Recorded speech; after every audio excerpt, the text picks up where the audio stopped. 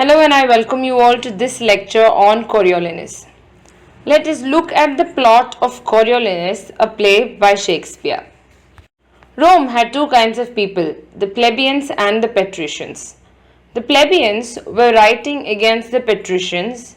According to the plebeians, the patricians were exploiting them. The plebeians wanted to set the price for their grains. When the plebeians were moving to the capital, they were intercepted by Menenius, and Menenius compares the role of the Senate to that of the stomach in the body.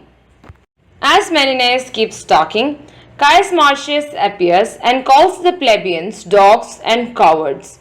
He tells that they can elect 5 representatives to advocate their interests in front of the Senate. Meanwhile, a messenger from the Volscian army also arrives and informs that there would be an attack on Rome under the leadership of Aufidius. The Romans in the battlefield are led by Cominius and Titus Laertius, and Caius Marcius is the lieutenant.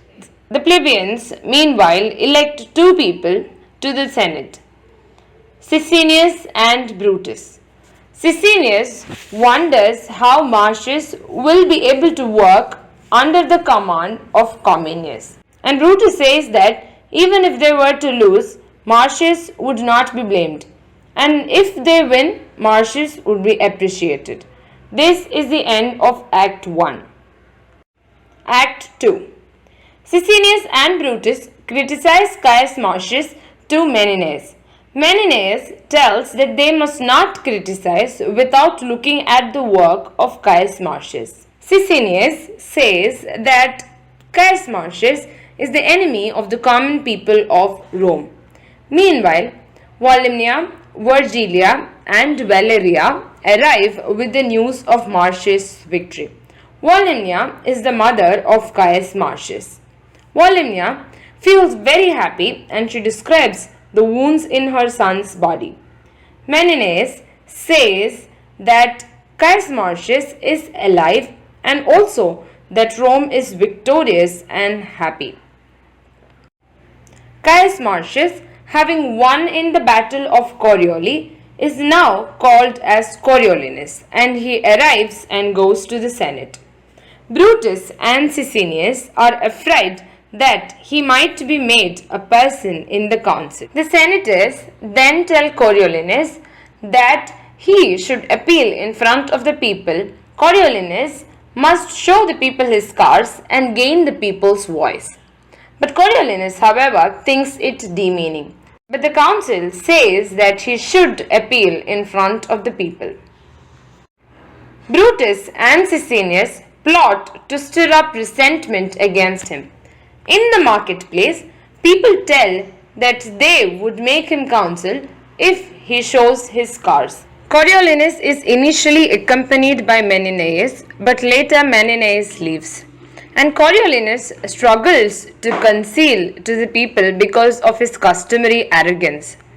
He manages to convince a wide range of people, and Coriolanus goes back to the capital. The plebeians speak of Coriolanus' arrogance. Brutus and Cecinius ask the people to retract their approval. Titus Laertius informs Coriolanus about Aufidius and also his new Volscian army. Coriolanus accuses both the plebeians and the patricians of hypocrisy.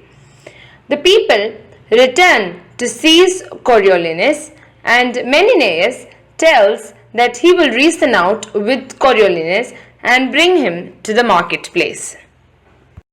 Act 3. Coriolanus, the war hero, is now supposed to talk to the mob. Menenius and Volumnia advise to make peace with the people. After a long time, Coriolanus goes in front of the mob.